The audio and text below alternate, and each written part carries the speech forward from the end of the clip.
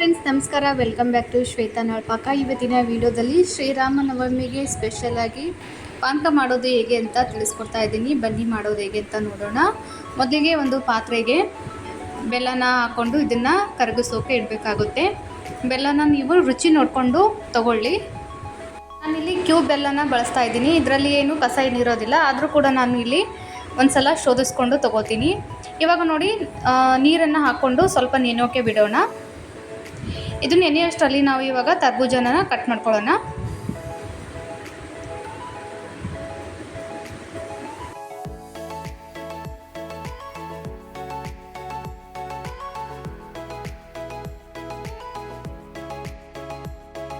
ಇಲ್ಲಿರುವ ಸೀಡ್ಸ್ ಕೂಡ ಬಳಸ್ಕೋಬೋದು. ಇದನ್ನು ನೀರಲ್ಲಿ ತೊಳೆಬಿಟ್ಟು ಇದನ್ನು ಬಿಸಿಲಿಗೆ ಸ್ವಲ್ಪ ಒಣಗಿಸಿ ಆ ಸೀಡ್ಸನ್ನ ತಿನ್ಬೋದು. ತುಂಬ ಚೆನ್ನಾಗಿರುತ್ತೆ, ಹಾಗೆ ವೇಸ್ಟ್ ಮಾಡಬಾರ್ದು. ಇವಾಗ ನೋಡಿ, ನಾನು ಇದನ್ನು ತೆಕ್ಕೊಂಡು ಸ್ವಲ್ಪ ಕಟ್ ಮಾಡ್ಕೊಳ್ತೀನಿ. ಅರ್ಧದಷ್ಟು ನಾನಿಲ್ಲಿ ಬಳಸ್ಕೊತಾ ಇದ್ದೀನಿ. ನಾನಿಲ್ಲಿ ಬರೀ 4 ಕಪ್ಪಷ್ಟು ಮಾಡ್ತಾ ಇರೋದ್ರಿಂದ ಕೇವಲ ಅರ್ಧ ತರಬೂಜನ ನಾನಿಲ್ಲಿ ಬಳಸ್ತಾ ಇದ್ದೀನಿ.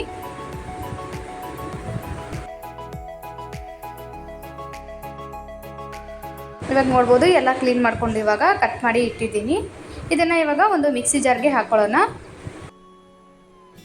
ಇದನ್ನು ತೀರಾ ಜ್ಯೂಸ್ ಥರ ರುಬ್ಕೋಬಾರ್ದು, ಸ್ವಲ್ಪನೇ ತರಿಯಾಗಿ ರುಬ್ಕೊಂಡ್ರೆ ಸಾಕಾಗುತ್ತೆ. ನೋಡಿ, ಈ ಥರ ಇದು ಕುಡಿಯುವಾಗ ಬಾಯಲ್ಲಿ ಬರ್ತಾಯಿದ್ರೆ ತುಂಬ ಚೆನ್ನಾಗಿ ಅನಿಸುತ್ತೆ. ಹಾಗಾಗಿ ಜಾಸ್ತಿ ಜ್ಯೂಸ್ ಥರ ರುಬ್ಕೋಬೇಡಿ. ಇವಾಗ ನೋಡಿ, ಬೆಲ್ಲ ಕರಗಿದೆ.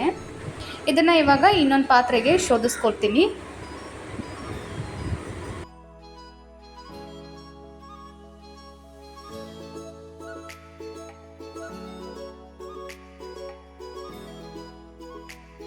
ಇವಾಗ ನೋಡಿ, ಬೆಲ್ಲನ ಶೋಧಿಸ್ಕೊಂಡಿದ್ದೀನಿ. ಇವಾಗ ಮತ್ತೆ ಅದೇ ಪಾತ್ರೆಗೆ ಟ್ರಾನ್ಸ್ಫರ್ ಮಾಡ್ಕೊಳ್ಳೋಣ. ಇದಕ್ಕೆ ಇವಾಗ ಅದೇ ಪಾತ್ರೆಯಲ್ಲಿ ಹಾಕ್ಕೊಂಡಿದ್ದೀನಿ.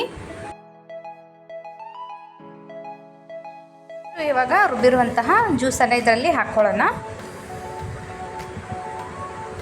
ಟೈಮಲ್ಲಿ ನಿಮಗೆ ನೀರು ಎಷ್ಟು ಬೇಕು ನೋಡಿ ಅಷ್ಟು ನೀರನ್ನು ಸೇರಿಸ್ಕೊಳ್ಳಿ. ನಾನಿಲ್ಲಿ ಸ್ವಲ್ಪನೇ ನೀರು ಹಾಕ್ತಾಯಿದ್ದೀನಿ. ರುಬ್ಬಿರುವಂಥ ಮಿಕ್ಸಿ ಜಾರಲ್ಲಿನೇ ಸ್ವಲ್ಪ ನೀರು ಹಾಕಿ ಇದಕ್ಕೆ ಹಾಕ್ತಾಯಿದ್ದೀನಿ. ರುಚಿ ನೋಡಿಕೊಂಡು ನೀವು ನೀರನ್ನು ಸೇರಿಸ್ಕೋಬೇಕಾಗುತ್ತೆ.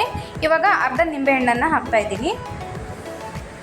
ನಿಮಗೆ ಹುಳಿ ಬೇಕಾದರೆ ಜಾಸ್ತಿ ಒಂದು ನಿಂಬೆಹಣ್ಣು ಕೂಡ ಹಾಕ್ಕೋಬೋದು. ನಾನಿಲ್ಲಿ ಅರ್ಧ ಮಾತ್ರ ಬಳಸ್ತಾ ಇದ್ದೀನಿ.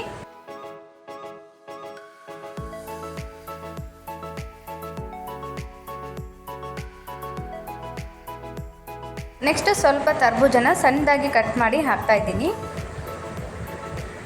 ಈ ಥರ ಹಾಕೋದ್ರಿಂದ ಈ ಪಾನಕ ತುಂಬ ಟೇಸ್ಟಾಗಿ ಬರುತ್ತೆ.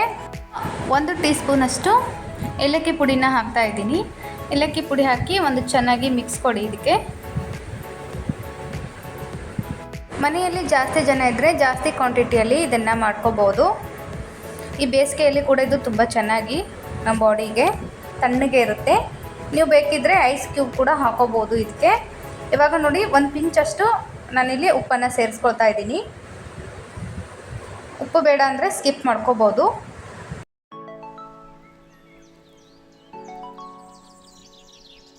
ಒಂದು 5 ರಿಂದ 10 ನಿಮಿಷಗಳ ಕಾಲ ಇದನ್ನು ಮೇಲೆ ಮುಚ್ಚಳ ಮುಚ್ಚಿ ಬಿಡ್ತಾ ಇದ್ದೀನಿ. ನೀವು ದೇವರ ನೈವೇದ್ಯಕ್ಕೆ ಇಡೋದಾದರೆ ತುಳಸಿ ಎಲೆನ ಹಾಕಿ ದೇವರ ನೈವೇದ್ಯಕ್ಕೆ ಇಡಿ.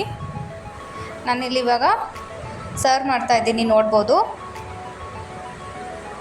ನಾನಿಲ್ಲಿ ದೇವರ ನೈವೇದ್ಯಕ್ಕೆ ಇಡ್ತಾ ಇದ್ದೀನಿ. ದೇವರ ನೈವೇದ್ಯಕ್ಕೆ ಇಟ್ಬಿಟ್ಟು ಮನೆ ಮಂದಿಗೆಲ್ಲ ಸರ್ವ್ ಮಾಡಿ. ಸ್ವಲ್ಪ ಐಸ್ ಕ್ಯೂಬ್ ಹಾಕಿದರೆ ಇದು ತುಂಬ ಚೆನ್ನಾಗಿ ಅನಿಸುತ್ತೆ ತಣ್ಣಗೆ ಬೇಸಿಗೆಯಲ್ಲಿ ಕುಡಿಯೋಕ್ಕೆ.